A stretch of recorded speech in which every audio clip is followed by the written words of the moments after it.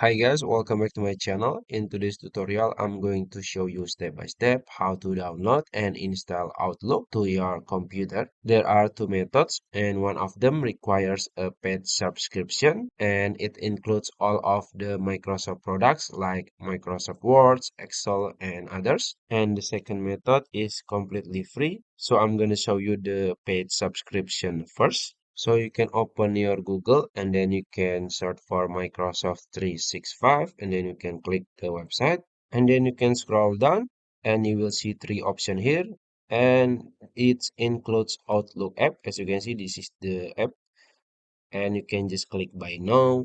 And for the free method, you can go to the search box here and then you can search for store and then click the Microsoft Store here. And then in the search box here, you can search for Outlook.